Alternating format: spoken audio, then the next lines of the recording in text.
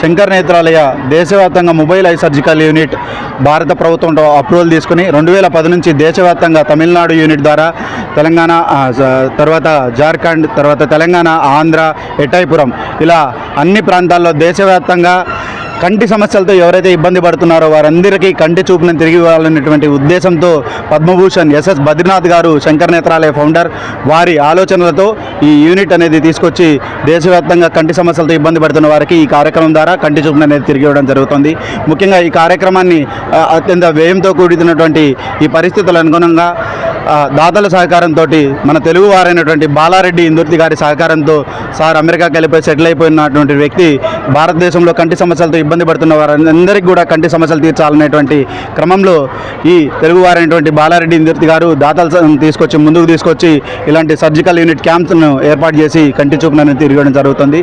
ముఖ్యంగా ఈ ప్రాంతంలో మాడుగుల మండల కేంద్రంలో సుంకిరెడ్డి రాఘవేంద్ర రెడ్డి గారు తను అమెరికాకి వెళ్ళి సెటిల్ అయిపోయి పుట్టిన ప్రాంతానికి ఏదో ఒకటి చేయాలనేటువంటి తపనతోటి ఈ ప్రాంతంలో కంటి సమస్యలతో ఇబ్బంది పడుతున్నటువంటి వారికి ఆపరేషన్ చేయాలనేటువంటి క్రమంతో శంకర్ నేత్రాలయం అప్రోచ్ అయ్యి దాదాపుగా ఇది 4వ క్యాంపును మాడుగుల కేంద్రంలో ఏర్పాటు చేయడం జరిగింది.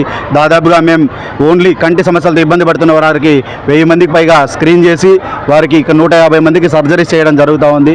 తర్వాత బేస్ హాస్పిటల్ ద్వారా కంటికి 93 రకాల జబ్బులు ఉండడం జరుగుతుంది. ఆ క్రమంలో మా బేస్ హాస్పిటల్ ద్వారా retina, cornea, glaucoma, neuro related కంటికి ఉన్నటువంటి ఈ సమస్యలన్నిటికీ మా బేస్ హాస్పిటల్ ద్వారా ఉచితంగా మేము సేవలు అందించడం జరుగుతూ ఉంది. దాదాపుగా కంటి సమస్యలతో ఇబ్బంది పడుతున్న వారికి ఈ శిబిరంలో దాదాపుగా 10,000 మందికి సుంకిరెడ్డి రాఘవేంద్ర రెడ్డి గారు ఆపరేషన్స్, తర్వాత అద్దాలు అనేది పంపిణీ చేయడం జరిగింది.